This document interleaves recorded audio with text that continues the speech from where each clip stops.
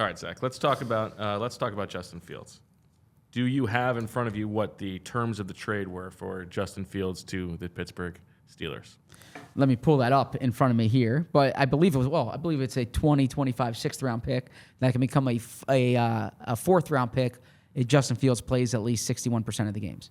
I'm sorry, 51% of the games. Of the snaps. Of the snaps, rather. Yep. Okay. Now, the Eagles, obviously, traded for Kenny Pickett. They moved down from a late third-round pick to a mid-fourth-round pick and are sending 2 future seventh-round picks. Depends on the trade chart you look at, but the value of that is basically somewhere between a fourth-round pick and a fifth-round pick. So, presuming that Justin Fields doesn't start every single game, the Eagles gave up more for Kenny Pickett than the Steelers did for Justin Fields. There are a couple reasons that might be. They have a second year of team control for a backup quarterback at a relatively cheap salary compared to the market for Pickett, whereas Fields, you would have to make a decision on the fifth-year option. But how do you sort of view that decision? Because we know that they reportedly checked in on Justin Fields, and I know that there are some people saying, like, well, Justin Fields chose the Steelers. Yeah. That's not really how this worked. And by the way, he chose the Steelers because the Eagles traded for Kenny Pickett, so there was an opening there. I would feel pretty confident saying that Justin Fields would have welcomed a trade to Philadelphia if that was the case. Well, so actually, let's address that latter point first, because this is something that you're hearing, that the Bears let him decide where to go. Look, Ryan Poles and Ian Cunningham and McCaskies, they might be like the nicest group of people.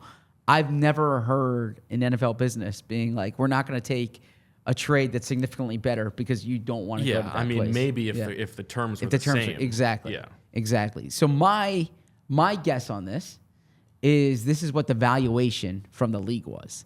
The league, that they wanted more. They tried getting more. I thought they were going to get more. They did not get more. This is how the league valued Justin Fields. And at that point, it's a matter of, like, where is he going to go? And so you heard the Steelers and the Raiders were like preferred destinations. I guess those were teams that had the best path to a starting job. I am surprised at how absent the market was for him. I don't understand why you would rather pay Sam Darnold $10 million. Sure, or if you're the Giants, like, I would rather trade for Fields than sign Drew Lock and have Fields compete with Daniel Jones. And I can go on for a few teams here. If I'm the Patriots, right? I would rather Fields than Jacoby Brissett. Right now, they're probably going to draft, assuming they don't draft a quarter. They might have decided they're going to draft someone at number 3.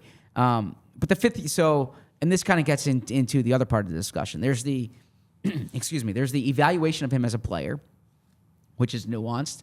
It's subjective. It seems the league doesn't value him as much as fans and the media might. But then there's also the contract here. So you're basically getting him for 1 year. A team's not going to pick up the fifth-year option. That's a $25 million commitment. If he gets hurt, you're owed that, right? You're guaranteed that. So it's not – a team is most likely going to decline that fifth-year option. That's what the Eagles would have done. They would have declined the fifth-year option. So at that point, what you're doing is you're trading for a backup for 1 year. It's essentially like having a backup quarterback on a 1-year contract. Do you want to give up a draft pick for a backup quarterback on a 1-year contract?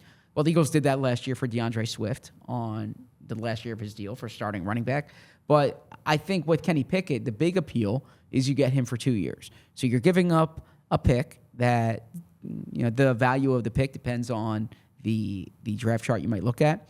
But he's locked in for 2 years at an affordable rate, which would not be the case with Fields. And Fields would be a free agent at the end of next season. And then I assume he would want to sign with a place that he has a better chance of competing for a job than in Philadelphia. And that's with the presumption that Jalen Hurts remains the quarterback, stays healthy, remains the quarterback. Yeah, I mean, would you say that you think Justin Fields is a better player than Kenny Pickett? I would rather have Justin Fields. I've seen Justin Fields more.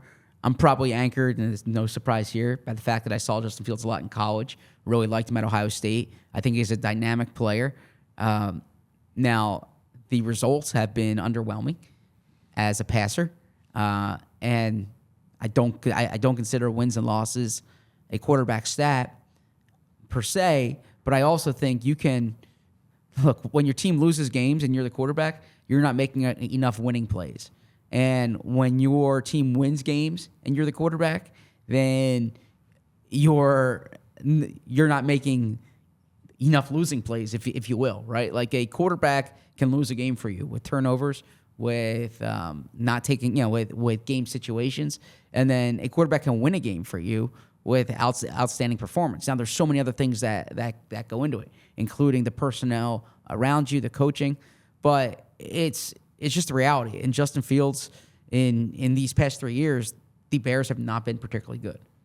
Yeah, I mean, these are two very different Yes. types of quarterbacks. They have both been not very good over the course of their careers thus far. Over the past 2 seasons, EPA per dropback, out of 38 quarterbacks, Kenny Pickett is 32nd. Justin Fields is 26th. So the level of play is about the same, but we're talking about, like, Kenny Pickett is very much low ceiling, high-ish, medium floor, and there's much more variability with Justin Fields. He gets sacked at a historically alarming rate. The 38th out of 38 quarterbacks on that sack rate. It's crazy how often he gets sacked. He also throws more turnovers. He's 36th of 38 in interception percentage, whereas Kenny Pickett is 8th in interception percentage. But Justin Fields is also going to make a lot more big plays than Kenny Pickett is. His air yards per attempt are 4th of those 38. Kenny Pickett's 27th. About Kenny Pickett having this very low touchdown percentage. I don't really love the idea that if you're going to try to sell me that, a backup quarterback, a number 2 quarterback, you would rather have the predictability. I don't know that I agree with that. I'd rather have the better player. And if you think Justin Fields is a better player, I would rather have him. But I think it really does sort of come down to the 2 years of team control. Is that a factor for you? Is what? Would you rather have the better backup quarterback for 1 year or the marginally worse backup quarterback for 2 years? Yeah, I mean, I think a lot of it sort of does come down to how they feel about Tanner McKee. Okay. And if I don't love Tanner McKee, then I would like to, in a vacuum, I would rather have it locked in for 2 years. I think that's certainly a factor. Tell me this: do you think that there is a thinking in the Eagles' mind of, if Jalen Hurts struggles for the first month of the season, nobody's calling for Kenny Pickett to take over, but if Jalen Hurts struggles and Justin Fields is behind him, maybe there are all of a sudden rumblings that you've got a bit of a quarterback controversy? I don't think so.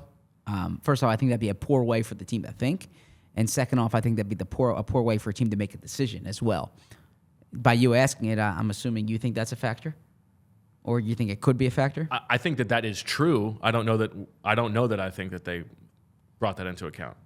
Yeah, now as a branch off that, and we can have that conversation with this one, and this is one that has come up in the past with Nick Sirianni.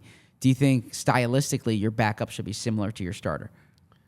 Yeah, I don't think that it has to be. And I actually think that this comes down to part of the reason that Justin Fields had a more tepid market than expected. I think a lot of times coaches are lazy.